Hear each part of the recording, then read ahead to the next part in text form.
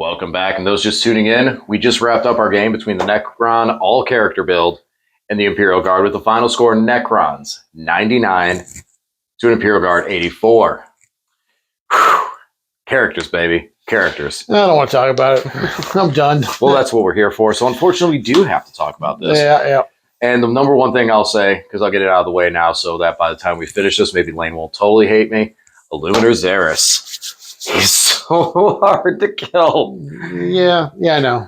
Obviously, in this attachment, you just bring him back when he does die. So, but yeah, I just couldn't do any damage anywhere. All of your characters are so. The only thing I could kill were like dumb little stuff that didn't have inbones, because just the math on Imperial Guard actually hitting, and then everything you have is like your characters are like T5 or T6. So even like multi-melt is hitting them. Only wounding on 3s. So I'm hitting on 4s, wounding on 3s, 4-up end bones, then feel no pains on most of the good stuff. So just nothing to get through. And I don't, I just don't know Imperial Guard very well yet. I don't know them very well yet. And so I'm so used to playing Space Marines where I had consistency, not just in better ballistic skill, but more rerolls to hit. So yeah, I just didn't do any damage. You basically tabled me. I had 3 guys from Gaunt's Ghosts left and 1 Lehman Russ with 2 wounds on it left.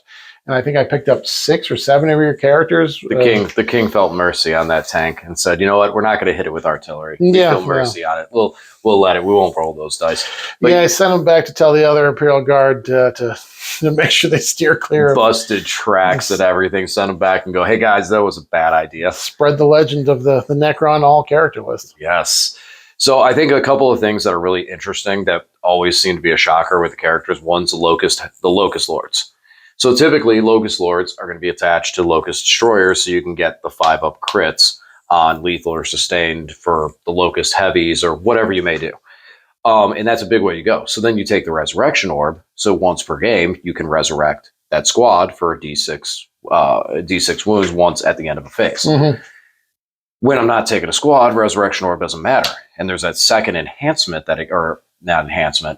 War Gear, thank you, that it gets for the 5-up Feel No Pain. So having that 4-up invuln into the 5-up Feel No Pain makes those guys able to be more durable than they're what, T6 with 2-up armor, 4-up invuln, 3-up armor. 3-up armor, yeah. But it's just and there's like again, I think with Imperial Guard there needs to be a more focus, like putting not 2 or 3 tanks into a unit 4 or 5, but even that I would shoot 3 tanks at a character model and just wouldn't go down. So and if it did, it just popped back up. So. Yeah, Scorpack Lords do good for their impact damage. We've seen that all before. And then just, again, Illuminator Xeris. He's just 2-up, 4-up, 4-up Feel No Pain. And then because of the infantry, the Catacombs, both Resurrection Orbs from the Catacombs healed him.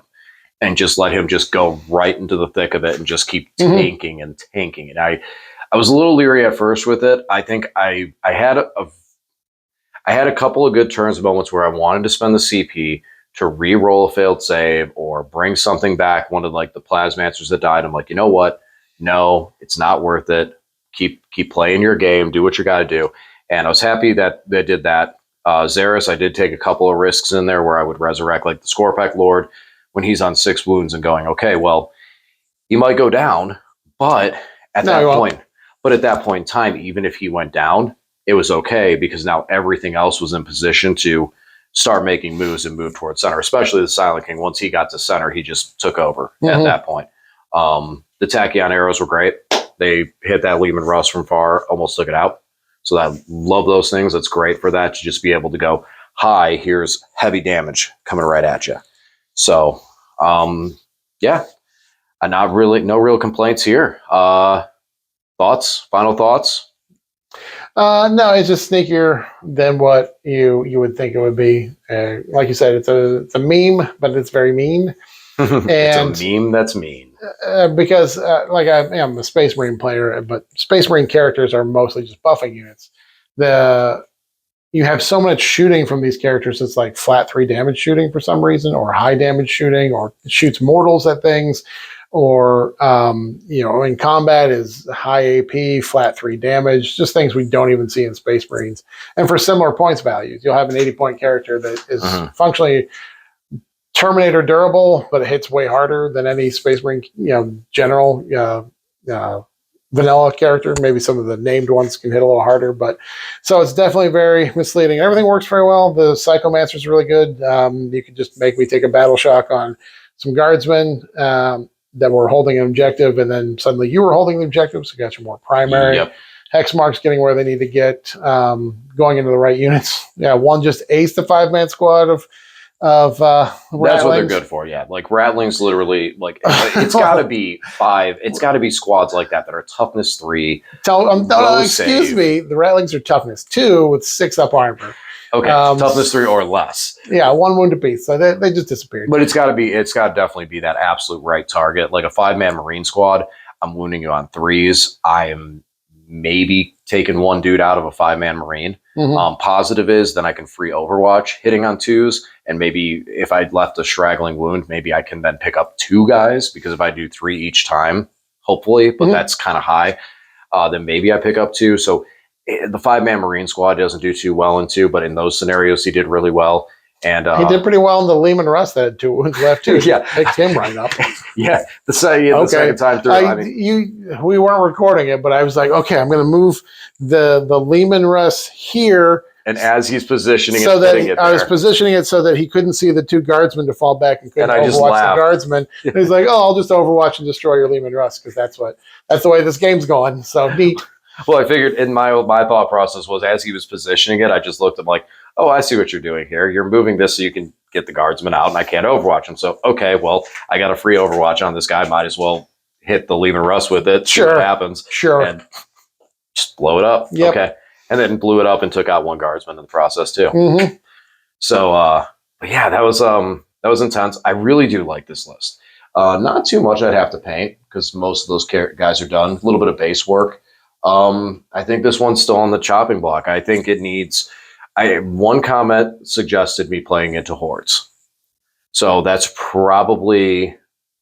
might potentially be a weakness. I can't remember. I know I've played Necrons into Kroot. I think that was Obeison's Phalanx though that I played into him. I might have been the Kroot that I played into this. I'll have to go look back and look, because it might have been the meme list going into the Kroot. But I don't remember. I think we played your characters into either Imperial Agents or something, because they killed Canis Rex right away.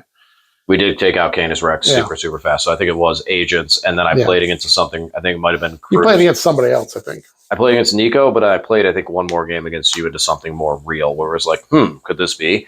So the Kroot? Were you saying the Kroot were more real? The real Kroot. Hey, I mean, yeah, they could be. It could happen. But yeah, no, I mean, Kroot are the one thing you have that gives that Horde style feel. Horde could be difficult for me. I don't have a lot to deal with that. Like, I do have sweep attacks on Scorpex. I do have resilience. That's going to help a lot, but can I clear enough stuff to keep the game moving is going to be the question. This was definitely a challenge on that one spectrum. Vehicles. You brought a lot of vehicles, and seeing that, I'm very comfortable into it. Now, armigers would be a bit different. Higher toughness, invulnerable save, et cetera, et cetera, et cetera. But I think similar, I can still push through them in a similar fashion. What do you think? I don't know. I can't guess on what your magical Necron character list can do. Like, I thought this would be a decent game. I thought maybe I'd be able to kill some characters, but nope, it didn't happen. I just bounced right off of you at the key turns when I needed to, and then you just controlled the whole game at the end. So I don't know, DJ. Hey, listen, I can't guess what this stupid list is going to do. Listen, I thought it was a great game. Maybe the Kroot will run over you. Maybe I'll bring 150 Foxwalkers, and that'll teach you a lesson. Or maybe you'll just table me again. I don't know. I have no idea. We'll see soon. The definite thing is we're not 100% sure on the actual. For us, we have to wait for codexes. And so we're waiting for World Leaders and Death Guard. We're super excited about those. I'm super excited about World Leaders. Lane's super excited about Death Guard. Some scary stuff coming out of Death Guard. We're both getting those armies ready. So once we have the actual codexes and we can build our lists and stuff like that, those armies are going to be here on the channel. It's either going to be next week or the week following. Not sure. It just depends on when the release happens. Yeah. So keep an eye out and see. Maybe it'll be next week. Will be Necron's Kroot. We'll see. Maybe I'll bring the Grey Knights out for a tussle. We'll see. Because I'm almost done with the purifiers. Purifiers are getting close to being finished, at least painted, still bases, but I've been making progress. I want to get them done before I start jumping over into a whole bunch of corn demons. That's right.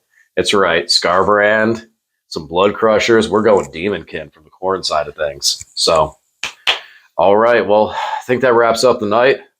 Good win for the Necrons. Characters. Meme list. That's a mean list. It is mean. All right, guys.